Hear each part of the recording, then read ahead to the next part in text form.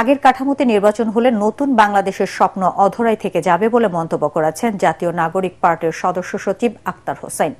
রংপুরের পীরগাছা টিএনটি মোড়ে জাতীয় নাগরিক পার্টির কার্যালয় উদ্বোধন শেষে তিনি একথা বলেন। আক্তার হোসেন বলেন, রাষ্ট্র কাঠামোর দুর্বলতা ও জবাবদিহিতা না থাকার কারণে অতীতে দেশের মানুষ হোঁচট খেয়েছে। এ সময় এনসিপির সংস্কারের মৌলিক রূপরেখা বাস্তবায়ন হলে দেশের প্রত্যেকটি অফিস আদালতে জনগণের অধিকার প্রতিষ্ঠা পাবে বলেও উল্লেখ করেন তিনি।